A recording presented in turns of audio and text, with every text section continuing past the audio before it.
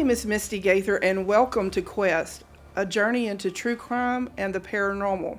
And I'm really excited to have my guest, Cari Roy, New Orleans psychic medium, here with me in studio. How about this? So cool, so fancy. Right, and you know what? It seems like, I haven't seen you in so long in person. It has been. It's been quite a while. Yeah. But both of us have been a little bit busy. Right, but you know what's so good about being friends? You just pick up where you left off. Right where you left off. Right. Yeah, So absolutely. I know you've been busy. Halloween is such a busy time with the spirits and the veil being thin, and just, especially when you're doing medium readings, and people want to do probably more of that just because of the time of year.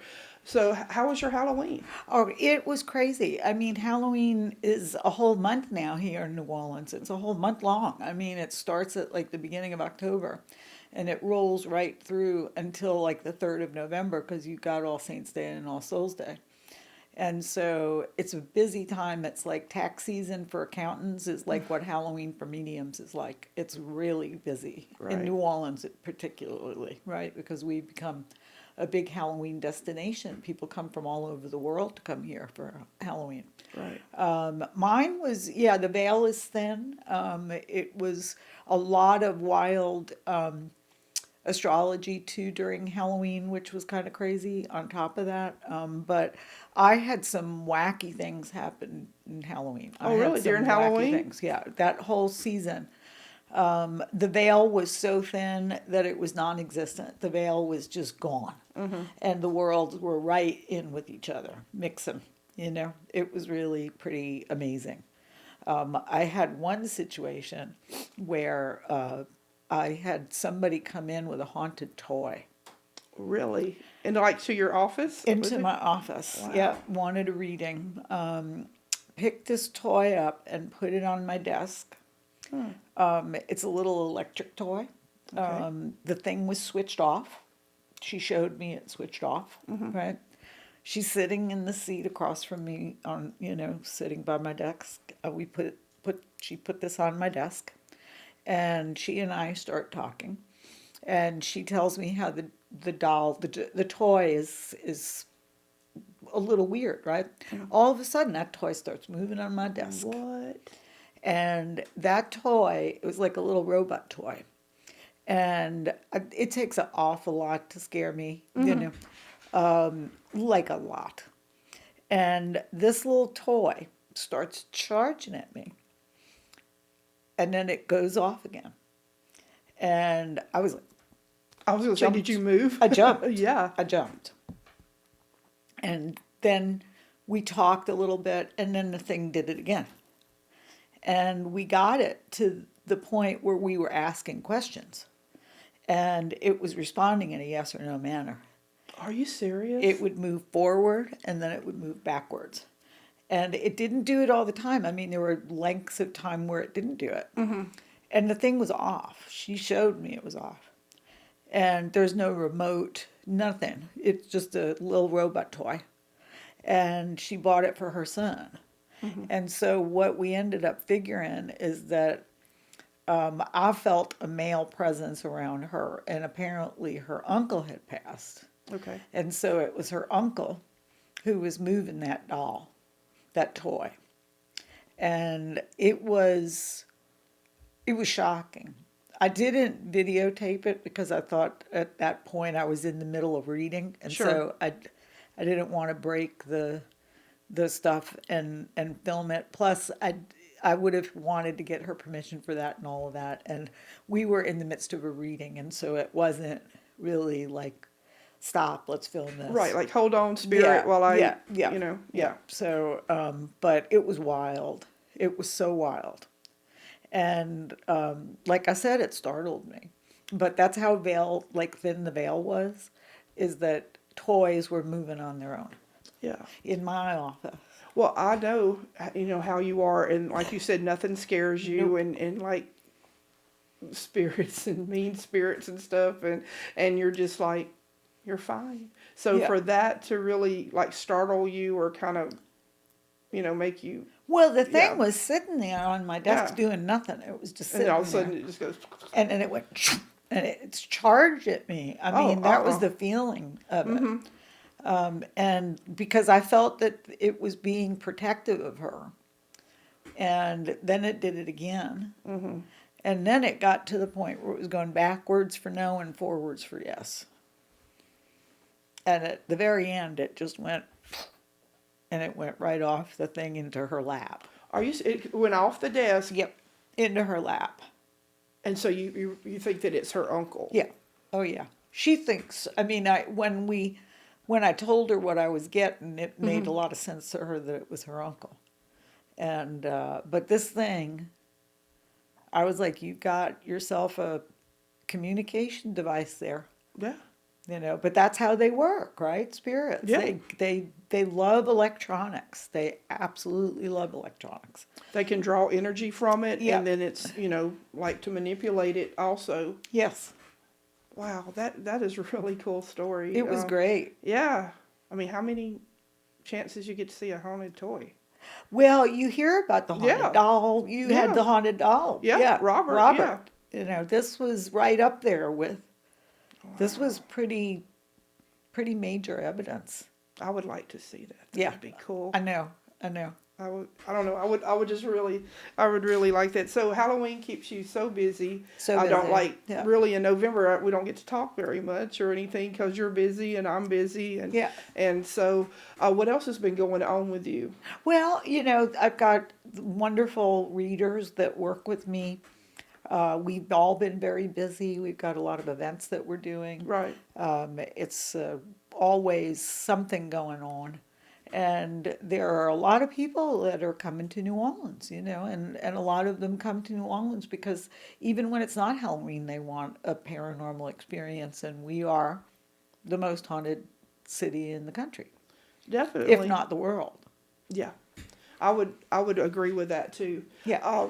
So you're thinking, you were saying that people are coming to more people. So since the pandemic, yes, it's like picked up more. Yes.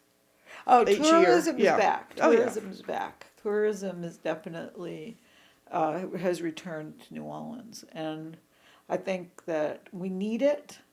We're a city of resilience, and we do bounce back. It's the pandemic was not our first time at the rodeo. And no matter how hard some people try to keep everybody down, like you said, everybody just kind of withstood it and bounced back. Yes, absolutely. And it just shows that our spirit, speaking of spirits, it shows our spirit. Now, what you also do astrology. Yes, I do.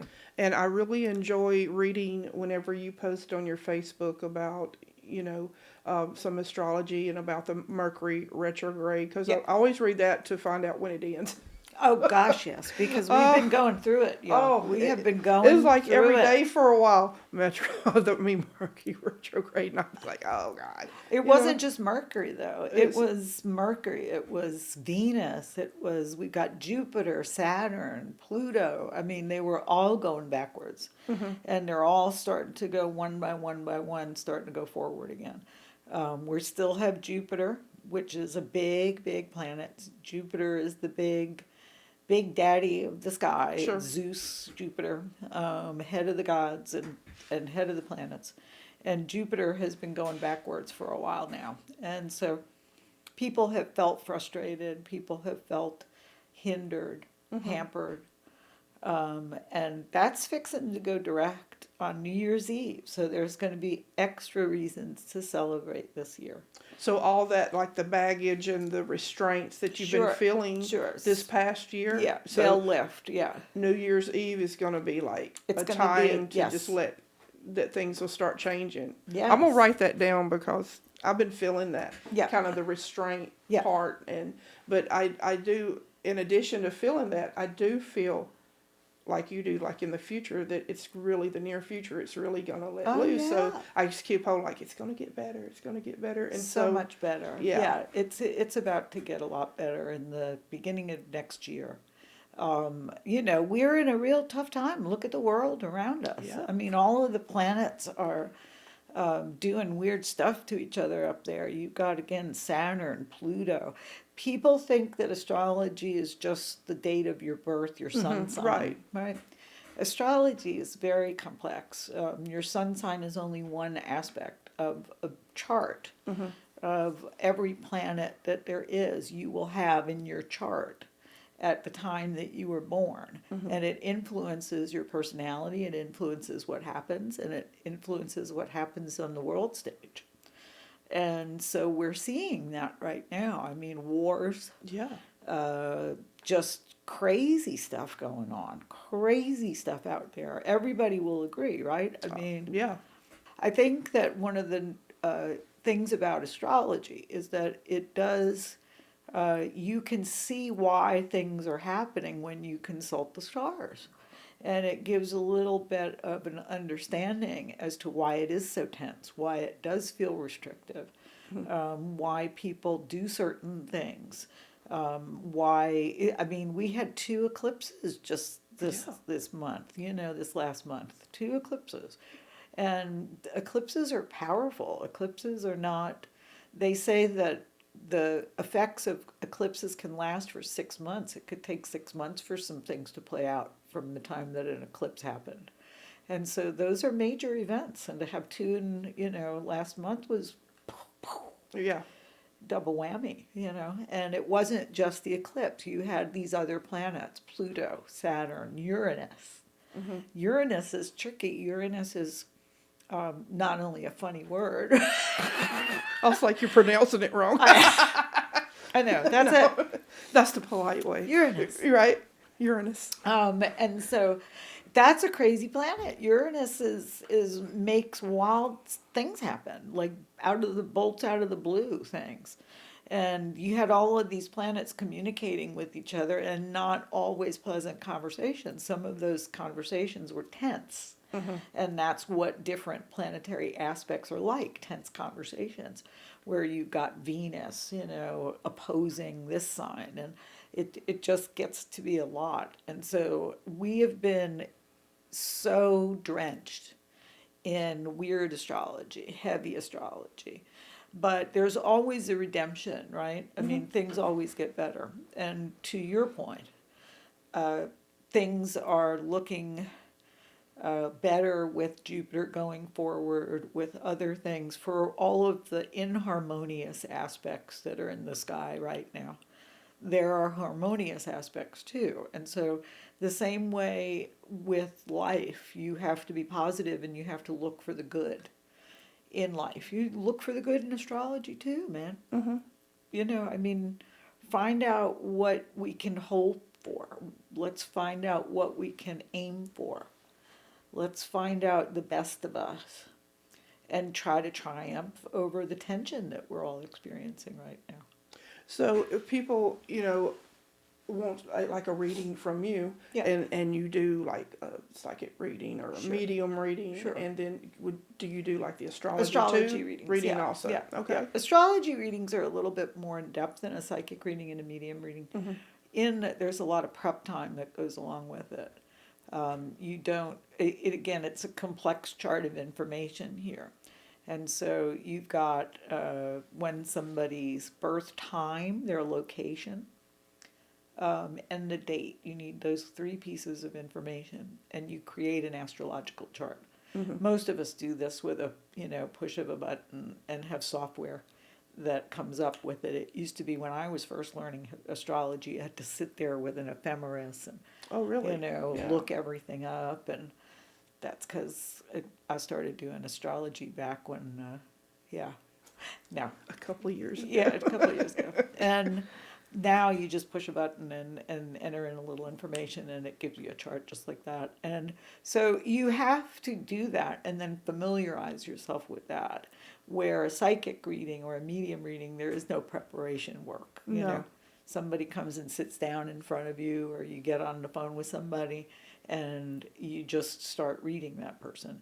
You have to spend probably about another hour or so preparing for the astrology reading. So that ends up being, for the person that's doing for the astrologer, it ends up being several hours worth, and it's depending on how in depth you want to get. But there are all sorts of different types of astrology readings. You've got your natal chart, which is when you were born and what your personality is like. Then you have solar returns, and that's an annual chart that takes a look and says, you know, this has changed. This is what this year is going to be like. That's predictive astrology.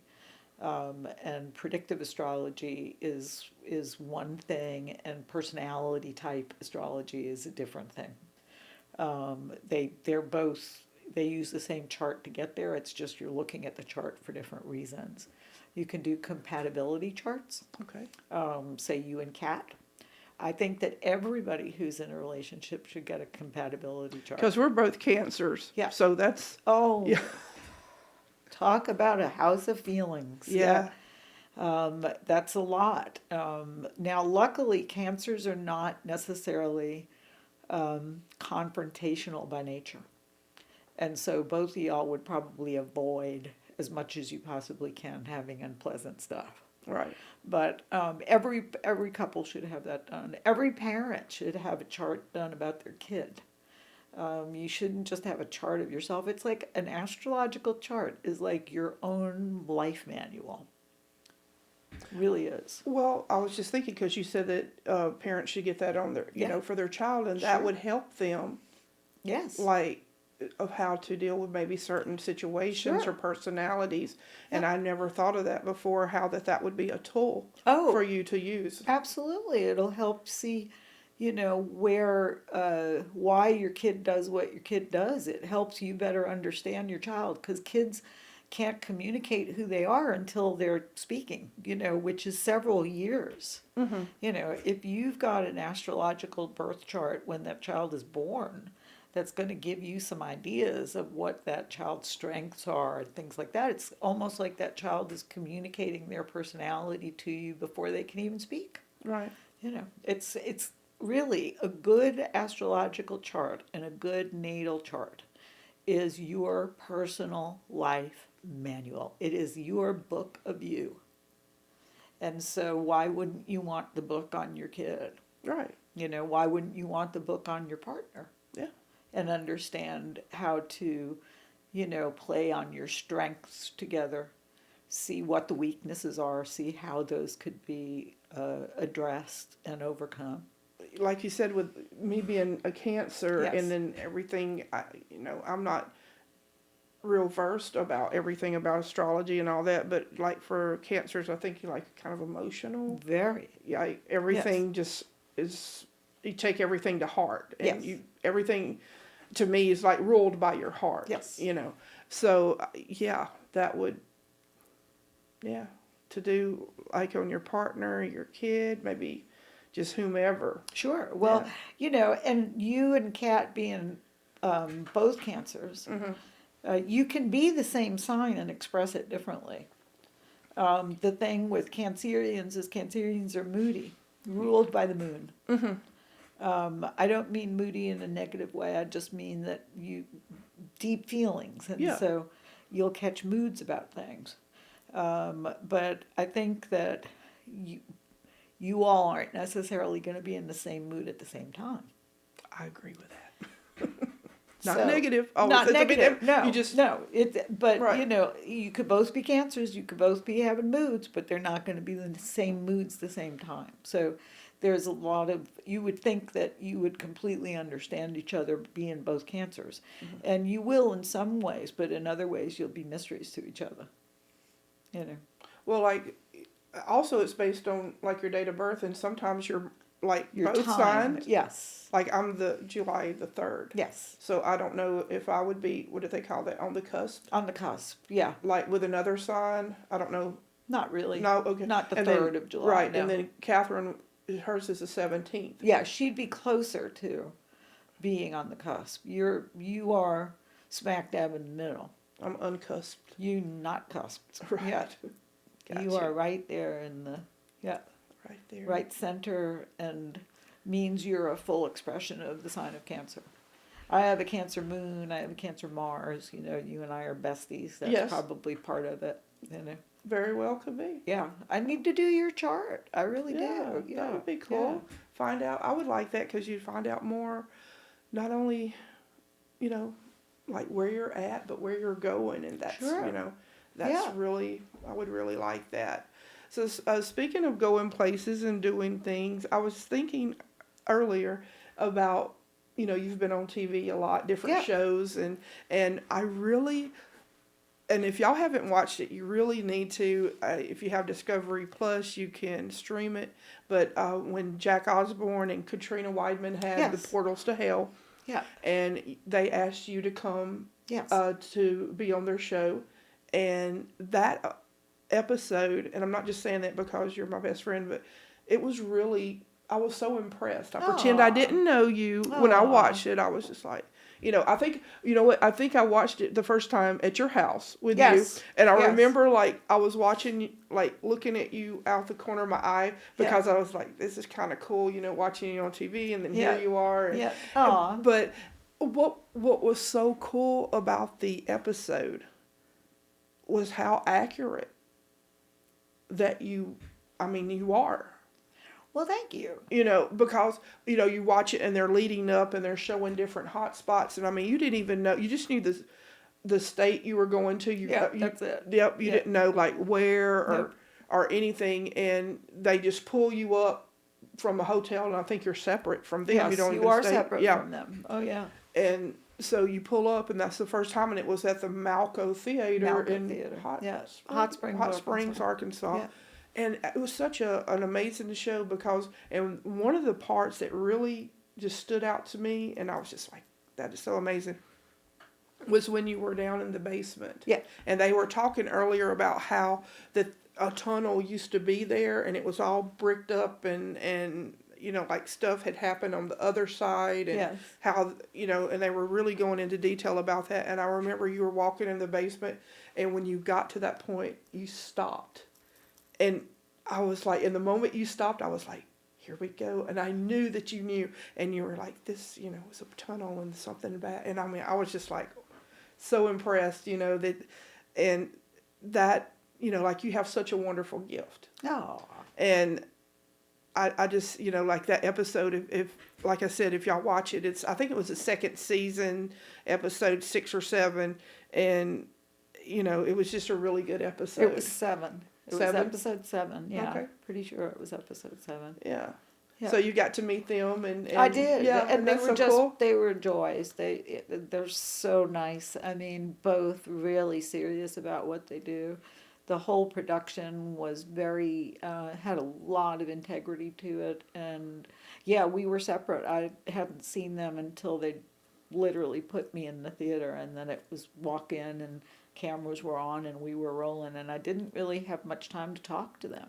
Right. I really didn't, because it was just like boom, and I go in and get my thing, and so it was just, they were wonderful to work with. They were very respectful, but they were both completely deadpan, no responses, no reactions. They were doing that very intentionally, and they were good at it, They But you really kept were. going because Yeah, and I think that's don't what need that. confidence. I mean, you've Yeah. been doing it so long, but the confidence that you have, and like when you go up and you're like, okay, a manager was here and died here, and this and this, or there was a little girl or something, and it's like, even though that they were deadpan and they didn't have any reaction, Yeah. you are so comfortable and more than comfortable certain of your gift, Yeah. that when you say it, Yeah.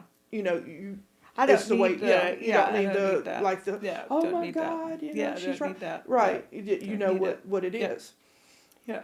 It's just they were both really very serious about their craft. Oh yeah. They really were.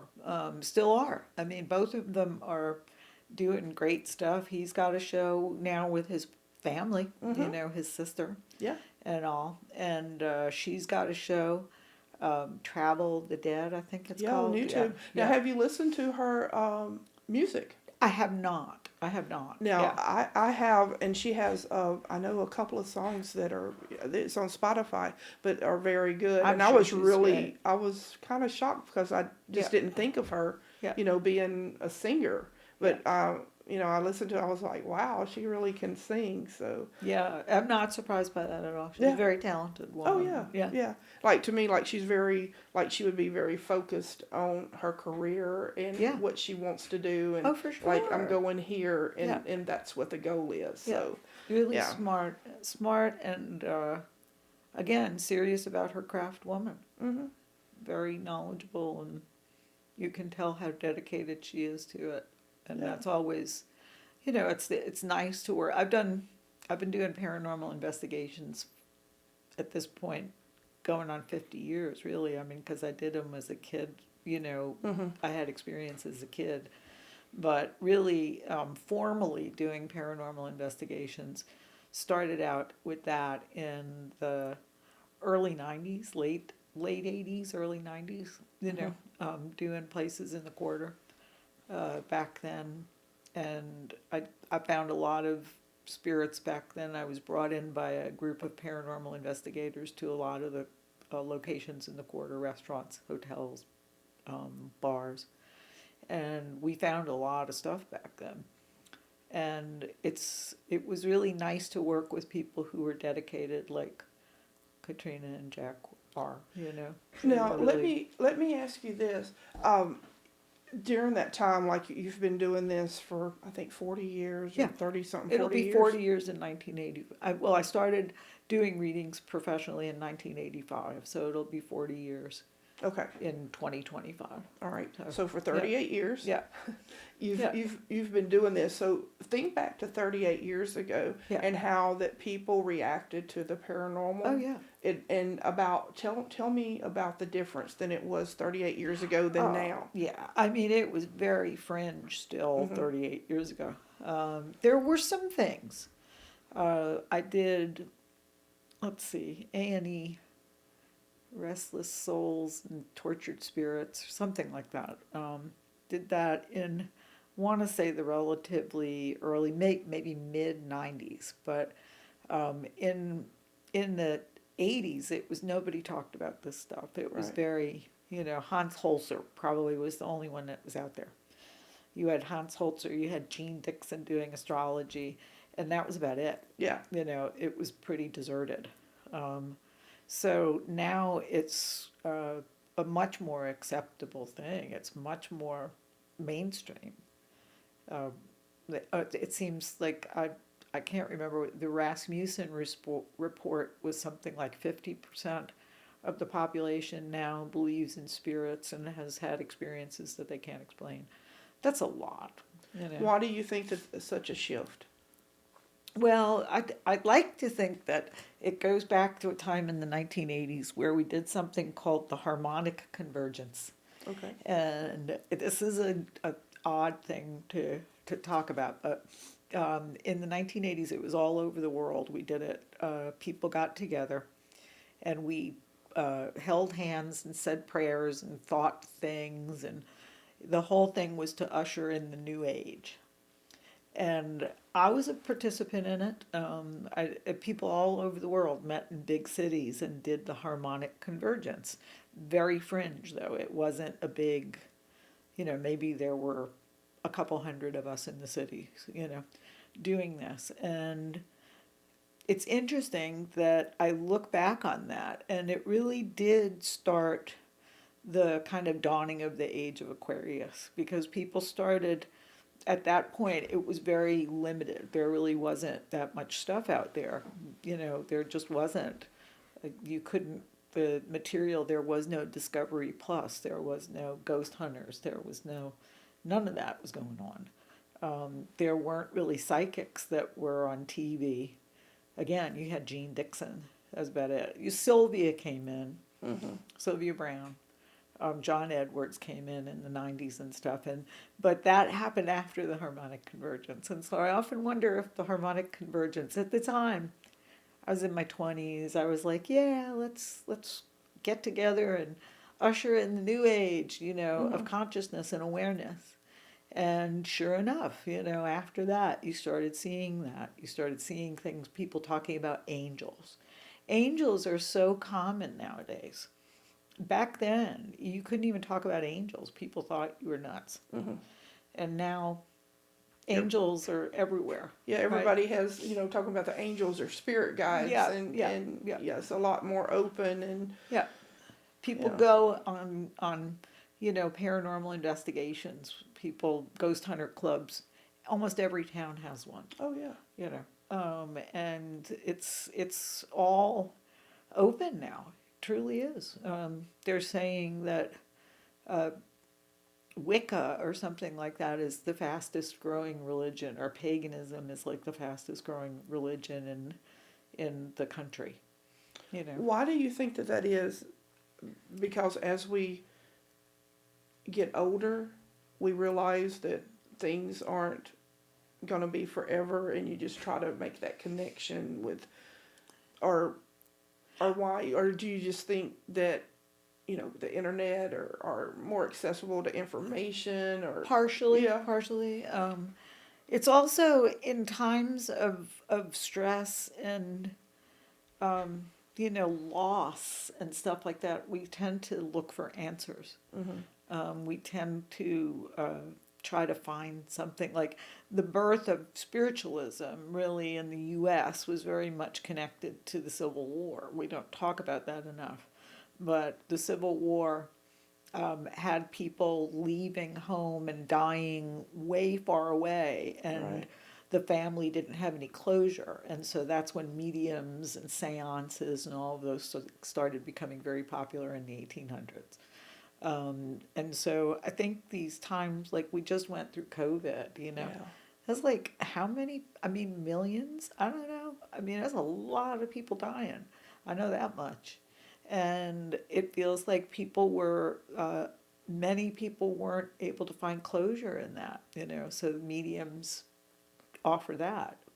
But I think we are evolving. Maybe some people would think that belief in spirits and astrology and stuff like that is regressive, superstitious and stuff like that. But I think that it's a search for answers, and we're all looking for answers nowadays. I know I am. oh, You me know? too, and Yeah. I think, when I do medium readings or whatever, and Yeah. to me, it's important, and I always say this, to bring peace to the living and the dead, Yes. because a lot of people don't think about the dead needing peace too. Yeah. But you're kind of like a bridge Sure. between both worlds. Yeah. Yeah. We're a bridge between the worlds of the. Yeah. Yeah. So I just really think that what you've done for I would say the craft, or the profession, or has been amazing, especially in New Orleans. And for those of you who do not know, Cari was named the best psychic to go see in New Orleans, Yeah. and the best psychic to go see in America by Yeah. BBC America, Yeah. and the Travel Channel Yeah. on the first one. So I mean, that's a testament, because whenever there's opportunities, and like you said, with loss and everything, and then you have people that, oh, I'm a medium, oh, I'm a psychic, and Yeah. while they may be, the proof is in the pudding, in longevity and in quality of what you do. Yeah. Back in the day, there weren't. I mean, there were psychics in New Orleans. They definitely were. There always have been. Mm-hmm. It's part of our culture. Yeah. Go back to Marie Laveau, and she was a reader, and then she would do spell work and stuff. But you go back to tradition in our town. But there definitely are more. It feels like nowadays than there were, certainly when I started out. Almost all of the people that I started out with have passed. Most recently, a man named Otis, who was in his 80s, and he kept reading until he passed. And Wow. he was the last of the old guard that I started out with. Many of them, I was like the kid, and they were all maybe, I'm in my 60s, he's in his 80s, so 20 years older than me, But those were the people that I learned from back then. But there weren't a lot. There really weren't. It was only, a handful of people on the square, a handful of people in the shops. I worked in one of the shops. And now it's a lot more. Yeah. So. And I always say it was such an honor for me, to have you, like you're mentoring me, and Oh. like, so that I can develop my gifts and Well, your you gifts know. are very strong. You're very gifted, Misty. You really are. You're naturally gifted, and you work and do a lot to, strengthen it and grow it and all of that. And it's been a pleasure for me to watch you unfold, and your gifts get stronger. Thank you. I remember the first day that we met, and actually, for my birthday, Kat had Yes. got me for my birthday a reading with reading you, with me, yeah. and I didn't know you, and you didn't know Nope. me, Sure and didn't. the moment that I walked into your office, it was just like, Yeah. I don't even know the correct word for it, but it was just like amazing how that we just kind of fell in place, Yeah. and I remember that you told me, you know, that so many great things are coming my way. Yeah. And for me to get to do a show like Sure. this, and to do paranormal investigations, to do readings, and do the thing you said you'll get to do things that you love. Yes. And I have a deep love for the paranormal. Yeah. And very strong. And so I just appreciate that, you taking me under your wing and just, mentoring me, and I just think it's cool. Well, I could see it with my own intuition that you were headed in this direction. So I think that you've done so much and you continue to do so much, and you deserve all of the success that you're having. I mean, you deserve that and more. I mean, you work tirelessly, and really, I know your love for the paranormal and your connection to the paranormal, and I think that this is a wonderful, wonderful place for you to be exercising that and really running with it. And I'm so happy that you have this show and this. Well, I appreciate that, because there's so much that I feel that I want to learn, and that's why I named this quest. Yeah. Because it is like I am on a journey, and also it's like I'm focusing more on the paranormal on some of the shows, but also about the true crime. Yeah. And my philosophy, and this may sound kind of out there, but then we just talked about a haunted toy, so maybe it don't, maybe it don't. Yeah. But how years ago that in true crime and crime, the tools that the detectives or whomever had to try to find, didn't have DNA. Yeah. Didn't have the genealogy. Yeah. Didn't have all that. But now it's just like common. Yes. And so my thinking is maybe one day that it will be common to, I know that some psychics or mediums are called in to do some cases. I've done them. But right, and I know that you have. Yeah. And, I just think that that's wonderful, like for people to use their gifts, like I said, to bring peace to the dead and peace to the families. Yes. But for it to be more recognized as a tool for law enforcement. Yeah. It's interesting to me because the FBI uses profilers. Right? Mm-hmm. Profilers are psychics, man. I don't care what you say. They in order to really get into the mind of someone else, you have to be that kind of intuitive. You really do. I think what profilers do is spooky, man. They get in the mind of serial killers. They get in the mind of terrorists. They are amazing, and I think that we are maybe profilers when it comes to that. When they brought me into cases, I feel like I'm acting like a profiler. I don't look at, I don't rely on the hard evidence. I rely on my intuitive experiences, and I had an interesting thing happen a couple months back where I had been on a case about 14 or 15 years ago, small town in Louisiana, and murder, and it was a missing persons at that case. I mean, at that point, I knew it wasn't a missing persons. I knew it was a murder, and I consulted on it, and I think I did pretty much what a profiler would have done. I got into went to the scene, spent like the time where the woman had last been seen. I got a lot of information from that about the person that had committed the crime, the way a profiler probably would have. Right. I'm not equating myself with profilers, because profilers, many of them are PhDs. They're very well trained and extensive experience in criminal justice education and stuff like that. You can't really be a profiler without having that kind of academic credibility, I would imagine. And I'm not equating that I am, but I think that there is something that is a similar thing that we do as psychics, as mediums, as intuitives, as empaths. In Star Trek, right, there was an empath on board. I was a purist of Star Trek, and so I didn't watch after the original. Oh, you didn't watch all the spin-offs? No, I didn't watch the spin-offs, but I know that there was, from just popular cultural reference, that there was an empath who was in one of the sequels of and she was a crew member, and so I think her name started with a D. I think that's right.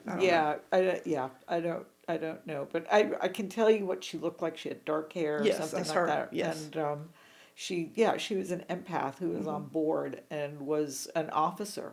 And so maybe we will get to the point. I mean, I can see that happening, but there's a lot of resistance to it, and especially in law enforcement. I mean, a lot of law enforcement won't work with a psychic because they feel that that's admission that they're not doing their job, which is nonsense, you know. Most of the time when I'm brought in, sometimes it's been by law enforcement, but much more it's been by the insistence of the families who haven't gotten the answers that they need. And so they call somebody like me in. Right, and it's like I said, it would be a tool. Yeah, just a tool. You know, nobody's it's trying not to replace. No, not to replace anybody in law enforcement. No. And everybody has their own lane and their own way of helping and doing, and that's important. So, you know, you think about all these cold cases that are just kind of sitting there. Yeah. And that means it hasn't been resolved, or someone's getting away with it, or like I said, the family, they don't know. That they don't know answers. Anything, and to me, I would hate to live in that hell. Yeah. Of not knowing. Oh, it's terrible. You know, I can't even imagine. No, it's a club you don't want to be a member of. Right. I'm telling you what. I mean, I've worked on missing persons cases, and unfortunately, by the time it gets to somebody like me, it tends not to be good news. You know, one of the hardest things people have asked me, one of the hardest things about what it is that I do, and I would say that has had to be the bearer of bad tidings when it comes to situations like that, because you don't want to take anybody's hope away. Right. You really don't. You know, I mean, you want to let people keep hope as long as they possibly can. And so it's been hard to be in instances like that where I have said, you know, I'm sorry, but what I'm feeling isn't good. You know, and this is where it's panned out to that's been what's happened.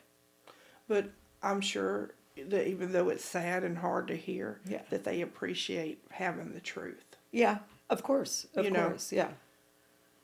But it's probably the hardest thing about what it is that we do, and seeing some things that people don't want to see. You know, I mean, I know you do. You watch true crime shows. Oh yeah, I'm on it. Yeah. I don't want to be looking at stuff like that. I don't like slasher movies or.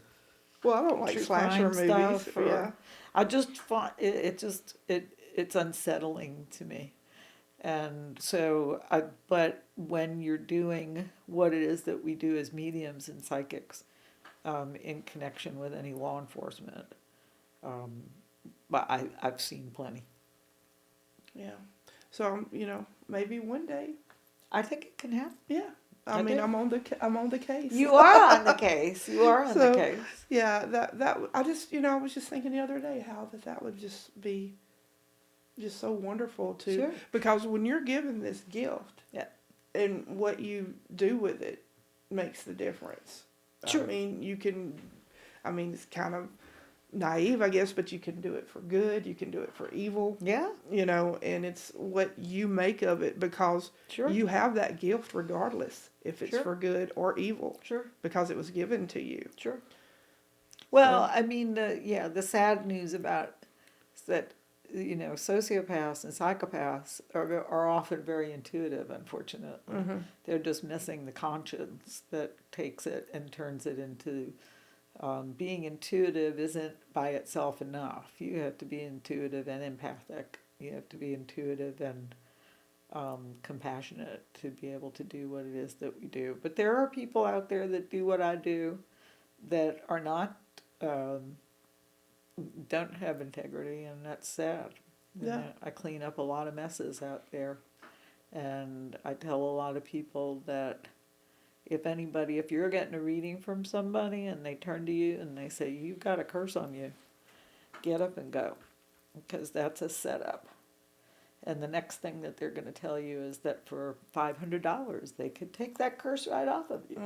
So they're creating an itch so you'll scratch it, Right. by making you feel scared and getting you off of your center. And if you go to a psychic or a medium or anything like that, and they start making you feel worse about your life, get up and go. Because they're doing that to hustle you. And that's the common thing that I see. When people come to me after they've been ripped off by somebody, I see common threads in the stories. And it's usually something where there was one man who told an 18-year-old girl that she was never going to have love in her life. And she was traumatized by this. This guy wasn't a reader. He was a hustler. He was a con artist. And anybody that makes you feel worse, don't pay them. Leave. Right. That's not what we do. That's not why we do what we do. Right. But there are people that are out there, and that's a common denominator that I see in it. And you also, I believe you told me that no one's 100% right. Nobody's 100% right. That Nobody is. like if you sit down with somebody Yeah. and they know every 100% anything. Right. I But mean, yeah. Yeah. Because just because you have a gift doesn't mean that you're not human. Yeah. Oh, for sure. Yeah. No, we all, I would say that having a 75% accuracy rate as a psychic intuitive is pretty damn good. Somebody that claims 100%, 80%, that's good. Mm-hmm. It's really good. 100%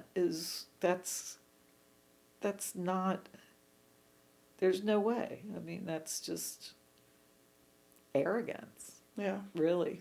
And so, yeah, don't get fooled. Right. Don't get fooled. There are people out there that do things for the wrong reasons in every profession, but in our profession it makes it even more heinous because people are vulnerable when they come to see us. Yeah. And so for somebody to take advantage of that and prey on that is really, that's terrible. That's terrible. So let me ask you a question. Sure. What do you see for yourself? What do I see for myself? Yeah, coming up. Boy, I coming up sleep, little sleep. I might get like as soon as you get through here, I'm going to sleep. No, things are going great. For me, as long as I get to keep doing what it is that I do, and love, then I'm keep up showing up, suit up and show up, and that's what I see for my future and what I want in my future and what I, kind of am visualizing. I see us getting to hang out at some point because it's just we rarely do. Yeah, we used to hang out all the time. Hang out all the time. And we're now both so busy. Yeah, it's crazy, but in a good crazy. Good crazy. Yeah, Right. Luxury problems. Right, Yeah. right. But I see just continued. We're in the best city in the world, right? Right. We got the best friends. We got the best families. We've got the best life. Right. We really do. We're blessed. We're lucky. blessed. Yeah. And like you always say, that you're the luckiest girl in the world, and I believe that because, like you said, you do what you love, and it, and the satisfaction that you get from all the people that you help on a daily basis, not once a week or once a year, but on a daily basis, you're making a difference in someone's life, and I just think that's beautiful and really cool. And I cry about it sometimes. I literally cry sometimes when I'm done with the day and I've been able to do what I do. I feel very humbled and honored by being able to be that person for somebody. I really do. I mean, it's a gift, and you know that too. It's such a wonderful feeling to be able to give someone some sense of peace, give someone some sense of direction, Right. give somebody some sense of hope. Well, if you would like a reading with Miss Cari Roy, go to is NewOrleansPsychic.com. NewOrleansPsychic.com. Yeah, and has all her accolades and everything on the Aw. website, and has, you know, you could schedule an appointment. And so if you want a reading with one of the best psychics here in New Orleans, there you go, NewOrleansPsychic.com. And I appreciate you taking time, because I know you work long hours. So happy and, to you be know, here. So it really means a lot to me, sitting down and like having a conversation. Well, thank you. It's Yeah. my joy. It's my joy to get to, and I'm so proud of you, and I really think that this is a great venue for you. This really suits you. Thank you. I Thank you for appreciate that. having me. Oh, yeah. And so, everybody, thank you for watching tonight. This has been Quest, a journey into true crime and the paranormal, and we will see you next week. Good night.